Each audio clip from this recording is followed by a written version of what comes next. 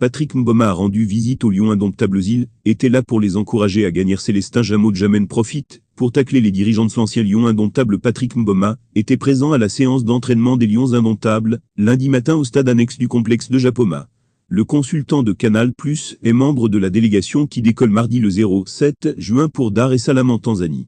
Là-bas, le Cameroun affrontera le Burundi jeudi le 09 juin, dans le cadre des éliminatoires de la Coupe d'Afrique des Nations, qu'en Côte d'Ivoire 2023. Pour l'homme politique Célestin Jameau-Djamène, l'initiative est à féliciter. Il faut que les légendes vivantes soient proches des jeunes joueurs pour les inspirer et leur prodiguer de précieux conseils. En aucun cas, Célestin Jameau-Djamène ne veut plus que la gestion du football camerounais soit assurée par des non-footballeurs. Pendant longtemps, des escrocs qui n'ont jamais touché un ballon ont dirigé le football camerounais, à nos dépens. Aujourd'hui, je suis très heureux de voir les footballeurs crédibles encadrer nos Lions indomptables.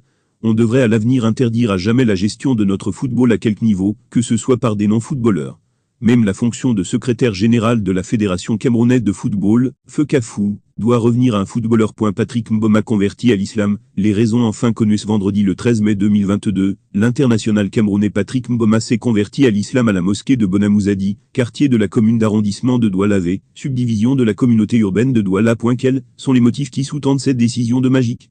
Beaucoup d'observateurs nationaux et internationaux se sont posé la question. Quelques heures après cet événement très suivi et discuté dans le monde, les diverses affirmations semblent indiquer que derrière l'islamisation de Patrick Mboma se trouve une raison simplement amoureuse. C'est l'imam Ousmanou qui lui a fait prononcer la shahada devant une communauté émue par l'arrivée de l'ex-star du football, devenu depuis des années consultant à Canal+, une chaîne de télévision généraliste nationale française privée à péage, axée sur le cinéma et le sport.